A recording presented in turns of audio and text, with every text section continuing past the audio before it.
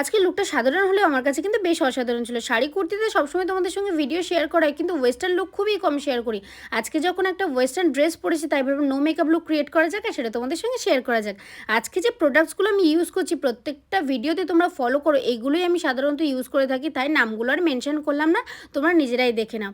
আর হালকা করে আমি ফাউন্ডেশন অ্যাপ্লাই করেছিলাম, কম্প্যাক্ট অ্যাপ্লাই করলাম, তারপরে আমি লিপস্টিক পরেছিলাম, ব্লাশার দিয়েছিলাম অল্প করে, আইশ্যাডো দিয়েছিলাম কিন্তু ব্রাউন কালার, যাতে না মনে হয় আমি আইশ্যাডো অ্যাপ্লাই করেছি।